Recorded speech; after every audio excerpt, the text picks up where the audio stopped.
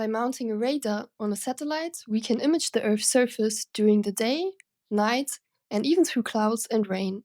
This technique, called synthetic aperture radar, produces intricate images, like this one of the Eiffel Tower in Paris. To take such images, we can use very different wavelengths. Each wavelength falls in a so-called band with rather peculiar names, such as K, Q, X, C, S, L, and P. Each band corresponds to a particular wavelength interval. But what kind of images do these bands produce, and why? Let's start out with the low-frequency bands called P and L. These long waves can travel further through materials than short ones. For example, they can penetrate dry sands to discover subsurface structures, such as caves or ancient riverbeds. They can also travel through tree canopies or reflect on the branches of trees, which is useful for measuring biomass, or to measure the movement of the ground in vegetated areas over time.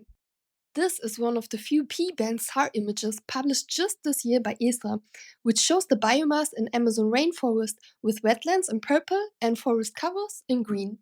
Now let's move on to shorter wavelengths like in the S-band, the C-band, and also the majorly popular X-band. Now these bands are very good at imaging human-made structures like houses and structures made out of metal, such as cars. In addition, they provide images with higher resolution than the L and P band, since in synthetic aperture radar images, the resolution in azimuth or in the flight's direction is directly proportional to the wavelength. The only other variable determining the resolution is the change in the integration angle, which is the angle at which we look at a particular object during imaging. And how far our object is actually doesn't matter at all. In this X-band image of a Tesla factory in Nevada, we can see the cars on the parking lot as bright tiny dots. Now let's look at the high-frequency bands, starting with the K-band, which might come from the word short in German, kurz. We also have the Ka band, or K above, with a slightly longer wavelength, and the Ku or K underband, which has the highest overall frequency. Unlike the previous bands, electromagnetic waves from these bands interact with water molecules. Because of this property, they can be used to measure the movement of ice sheets with synthetic aperture radar altimetry.